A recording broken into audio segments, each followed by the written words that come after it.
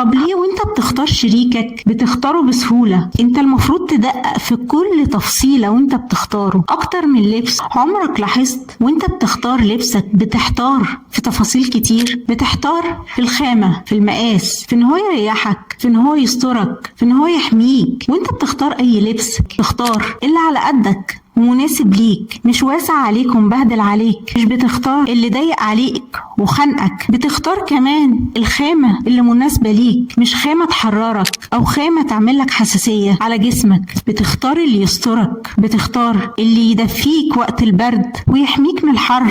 انا روضة الشقيري، مستشارة في العلاقات ولايف كوتش، ودي سلسلة فترضى هنتكلم فيها عن كل التحديات النفسية اللي بتقابلنا وازاي نتغلب عليها، وازاي آيات القرآن يكون فيها الحل لكل الحاجات اللي بتقابلنا، وازاي كمان كل المدارس العلاجية الحديثة بتطبق آيات القرآن.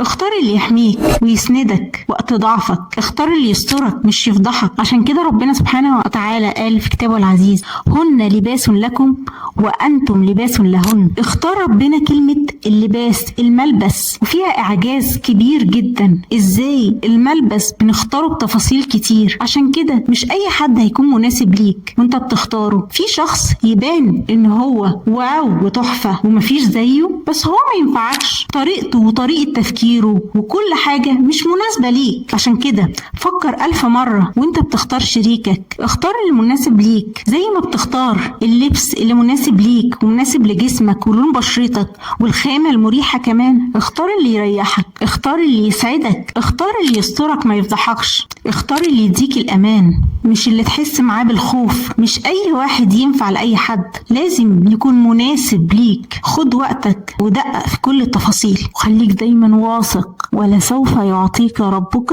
فترضى.